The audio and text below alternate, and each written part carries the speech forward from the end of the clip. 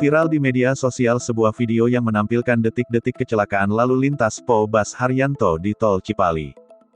Dalam video tersebut, bus awalnya berjalan pada jalur kanan. Namun sesaat kemudian, pengemudi bus mengambil jalur kiri melalui bahu jalan untuk mendahului beberapa kendaraan di depannya. Di depan Bas Haryanto, terlihat ada bus Sinar Jaya yang juga mendahului kendaraan melalui bahu jalan. Nahas, pengemudi Bas Haryanto diduga tidak bisa mengendalikan kendaraannya hingga akhirnya bus menabrak pembatas di sisi kiri bahu jalan.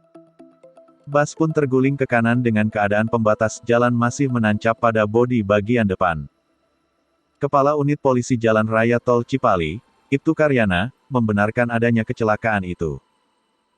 Ia mengatakan, kecelakaan terjadi pada Senin tanggal 27 September tahun 2021, sekira pukul 19.45 waktu Indonesia Barat. Itu kecelakaan kemarin, Senin, malam. Tidak ada korban jiwa, aman.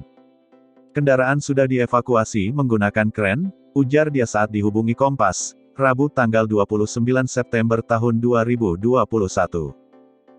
Bas Haryanto, ujar Karyana, berpenumpang 21 orang yang dikemudikan oleh AS, 50 melaju dari arah Cikopo menuju Palimanan. Bus melaju dengan kecepatan kurang lebih 100 km per jam.